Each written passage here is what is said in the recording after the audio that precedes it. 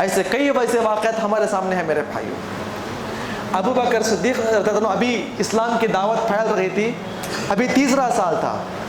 صحابہ کرام سوچ رہے تھے کہ اگر ایسے ہی ہم لوگ دعوتی کام آگے نہیں بڑھائیں گے. نبی صلی اللہ علیہ وسلم شروع کے 3 سال سری دعوت پیش کر رہے تھے, چھپ چھپ کے دعوت پیش کر رہے تھے. تو ابو بکر صدیق کہتے ہیں کہ آپ اس دعوت کو عام کریں, کیونکہ ہم میں ایسے بڑے لوگ بھی ہیں جو یہ دعوت پہنچنے سے پہلے انتقال کر رہے ہیں. لہٰذا ہماری خواہش یہ ہے کہ ہم اس دعوت کو سب کے سامنے پیش کریں, چاہے تو ایمان لائے چاہے تو انکار کر دیں. اب غور کیجئے, صحابہ اکرام دار ارقم میں بیٹھ کے پلاننگ کرتے ہیں کہ دعوتی کام کیسے کرنا ہے, کیسے بلائیں گے. ابو بکر صدیق کہتے ہیں کہ کل کعبہ کے اندر سب کو حاضر کریں گے, سب کو دعوت دیں گے. دعوت کون دے گا؟ دعوت میں دوں گا. دعوت کیا ہوگی؟ ابو بکر صدیق نے سب کو اس دعوت دی ہے کہ کعبے کے اندر داخل ہو جائے, وہ آپ سے بات کریں گے. جناب محمد رسول اللہ صلی اللہ علیہ وسلم ان کی بات پہ راضی ہو گئے اور وقت کے مطابق تمام کے تمام لوگ بیٹھ گئے. اور یہاں پر ترکیب یہ کی گئی, ابو بکر صدیق کہتے ہیں ہمارے جو اسلام قبول کرنے والے کیے ہوئے صحابہ کرام گئے وہ مسجد کے کونوں میں بیٹھ جائیں گے, اور جو لوگ کفار مکہ ہیں ان کو سامنے آ کر بیٹھنے دیں. اس کے بعد ہم دعوتی کام اور ان کے سامنے توحید پیش کریں گے. اب غور کیجئے میرے بھائیو, پیغمبر وسلم موجود سامنے اور ابو بکر صدیق ہے, اور داخل ہونے والوں میں ایک آدمی داخل ہو گیا. کئی لوگ آ رہے ہیں, ایک آدمی داخل ہو گیا اور وہ ابو جہل تھا. ابو بکر صدیق کہتے ہیں کہ اے محمد صلی اللہ علیہ وسلم آپ کچھ بھی نہ کہیں, دعوت ان کو میں دوں گا. معاملے کو یہاں پر انہوں نے پرکھ لیا. کتنی بڑی بات ہے, غور کیجئے آپ, کیونکہ صحابہ اکرام کے دل میں یہ بات تھی کہ جب تک ہم زندہ ہیں نبی کی کوئی گستاخی نہ کرے. آج چل رہے ہیں حالات بنگلور کے اندر, نبی کی کوئی گستاخی نہ کرے, ہمیں برداشت نہیں ہوگا.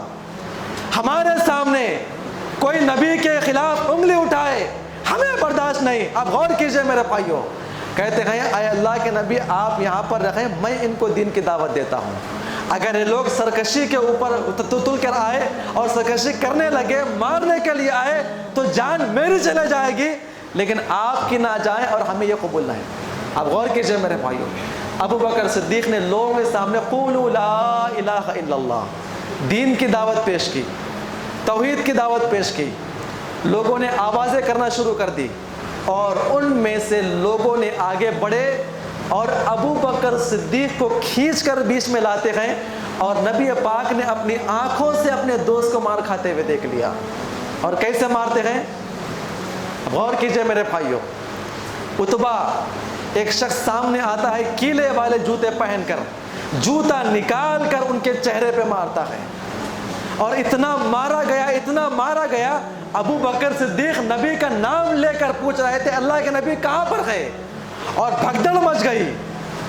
ابو بکر صدیق کہتے ہیں کہ نبی کو لے کر نکل جاؤ یہاں سے, صحابہ کرام کو, اور سارے لوگ ٹوٹ پڑے مارنے کے لیے. اور اتنا مارا گیا کہ وہ بے ہوش ہو کے نیچے گر پڑے, اور معلوم نہیں ہو رہا تھا کہ چہرے کے اندر آنکھ کہاں پر ہے, ناک کہاں پر ہے, منہ کہاں پر ہے, اور پورا چہرہ خون سے لہولہان اور پورا چہرہ سوج گیا تھا. بنو تمیم والے, ان کے خاندان والے آئے, قبیلے والے آئے, اٹھا کر ان کے بوڑھی ماں کے پاس لے کر آئے. بوڑھی ماں روتے ہوئے کہتی ہے کہ میرے بچے کو آج کس نے مارا ہے, کون مارا ہے میرے بچے کو, اتنی بڑی طرح کیوں مارا گیا؟ تو کہتے ہیں کہ تیرا جو بیٹا ہے وہ محمد سے دوستی کیا ہے, وہ محمد سے دوستی کرنے کی وجہ سے اس کو ایسے مارا گیا. کچھ دیر کے بعد افاقہ ہوا, لوگ وہیں پر بیٹھے ہوئے تھے, آنکھ کھلتی ہے, اور بے ہوشی ختم ہونے کے بعد سب سے پہلا سوال تھا امی جان محمد صلی اللہ علیہ وسلم کیسے ہیں, نبی کی کیا حالت ہے, نبی کیا کر رہے ہیں؟ ماں کہتی ہے کہ تو کب تک ان سے دوستی کرے گا, کب تک ان کے ساتھ یہ کام کرے گا, لوگ تیری جان لے لیں گے. بنو تمیم والوں نے نبی کا نام سنتے ہی وہاں سے اٹھ کر نکل گئے اور کہا کہ اے فلاں عورت تیرا بیٹا کبھی نہیں سدھرے گا, اگر زیادہ دیر اس نے دوستی کر کے رکھا محمد سے, قسم خدا کی مکہ کے لوگ اسے مار ڈالیں گے. اتنا کہتے ہوئے نکل گئے. ماں آئی, اپنے بچے کے سامنے دودھ کو پیش کرتی ہے, کھانا پیش کرتی ہے, میرے بچے ابو بکر کھانا کھا لے. بچہ کہتا ہے ماں میں اس وقت تک کھانا نہیں کھاؤں گا جب تک کہ میں اپنی آنکھوں سے نبی کو نہ دیکھ لوں.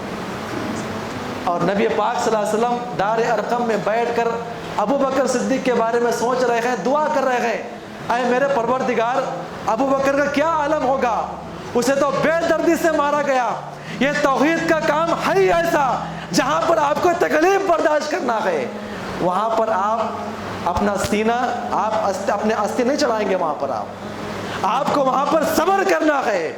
نبی پاک کہتے ہیں اے خطاب کی بیٹی ام جمیل ذرا معلوم کر کے آؤ میرا یار کیسا ہے, جا کر دیکھ کر ابو بکر کی حالت کیا ہے.